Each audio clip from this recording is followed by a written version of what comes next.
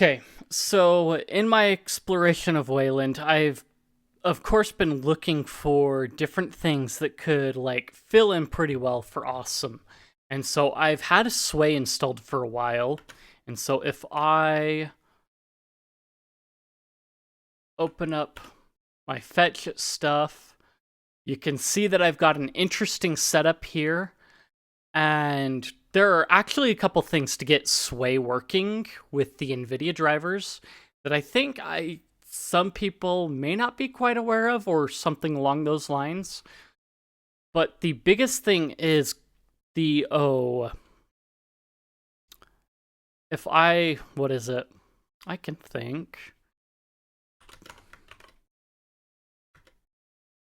So if you have Sway NVIDIA installed, this is kind of what you're gonna look for.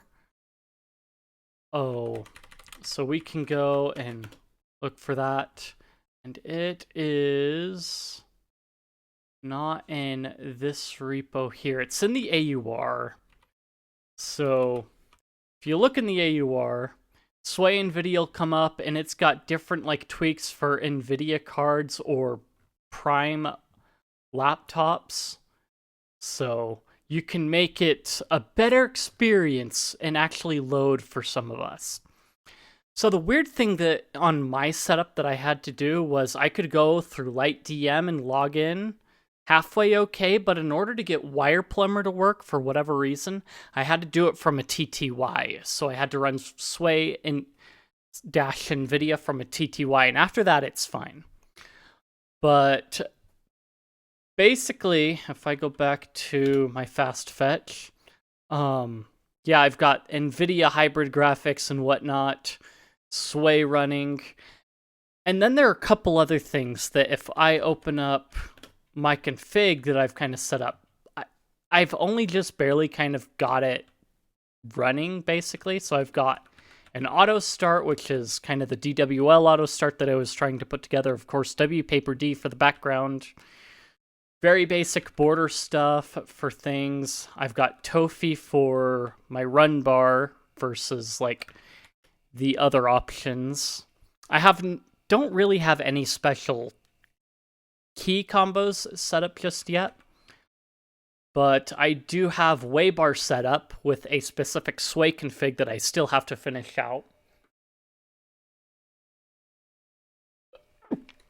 And then there's this other config in swayconfig.d, which is in my home directory, that I load up as well. So that is kind of the part where a lot of the magic happens that kind of fits my workflow really well. So there's this program or script called Swaysome that you can install. And this conf basically loads up everything in there.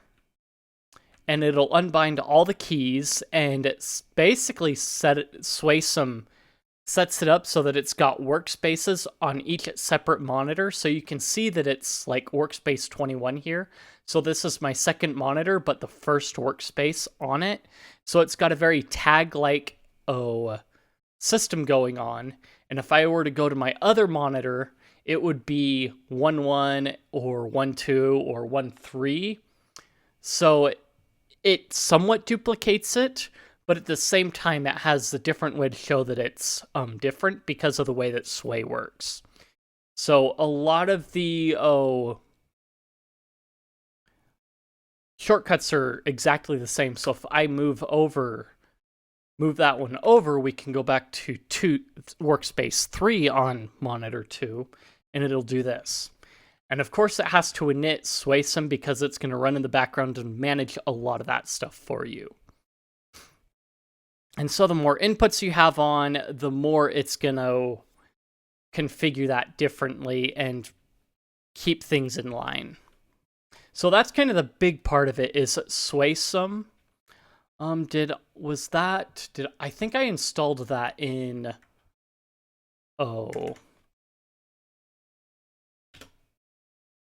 in my scripts folder. So let me see if I can pull this up if it wants to.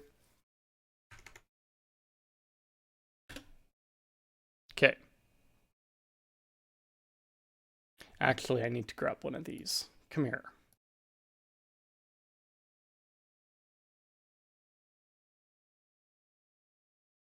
Okay. Let's see, Sway. Useful add-ons for Sway. I believe it was in here. So...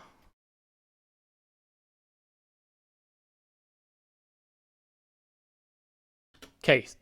No, go back. Okay, so Swaysome manage workspaces on a per-screen basis like Awesome, or DWM, or so on.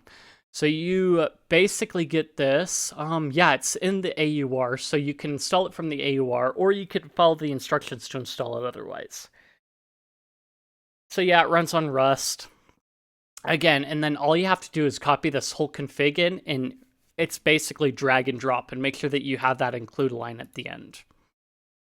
And then after that, so yeah, it gives you the commands list that you can take advantage of if you really want to.